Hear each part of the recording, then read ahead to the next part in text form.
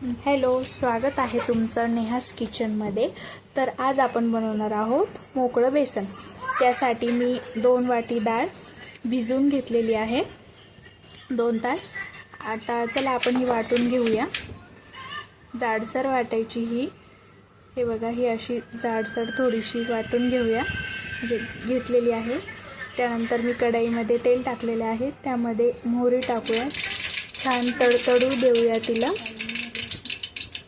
त्यानंतर त्यामध्ये मोठे 2 बारीक चिरून कांदे घेतलेले आहे, ते आपण यामध्ये टाकूया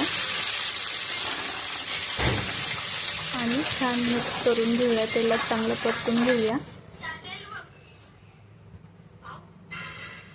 बघा, त्यानंतर त्यामध्ये 1 चमचा मीठ टाकून घेऊया, म्हणजे लवकर कांदा ब्राऊन होईल, नरम पडतो।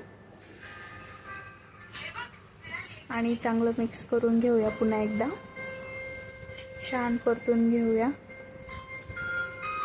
थोडासा गुलाबी झालेला आहे, आणखीन थोडंसं हलकं ब्राऊन होऊ देऊया, बघा असं। त्यानंतर त्यामध्ये लसूण आणि जिरे ठेचून त्याची पेस्ट टाकली आहे, हे चांगलं मिक्स करून घेऊया। त्यामध्ये 2 चमचा मिरची टाकली आहे मी, हळद आणि अगोदर मीठ टाकलेलं आहे, पण अजून थोडंसं, हे पण छान मिक्स करून घेऊया। त्यानंतर आपण हे जे डाळीचं मिश्रण आहे वाटलेलं, ते टाकून घेऊया, छान मिक्स करून घेऊया। बघा, छान मिक्स करून घ्यायचं आहे।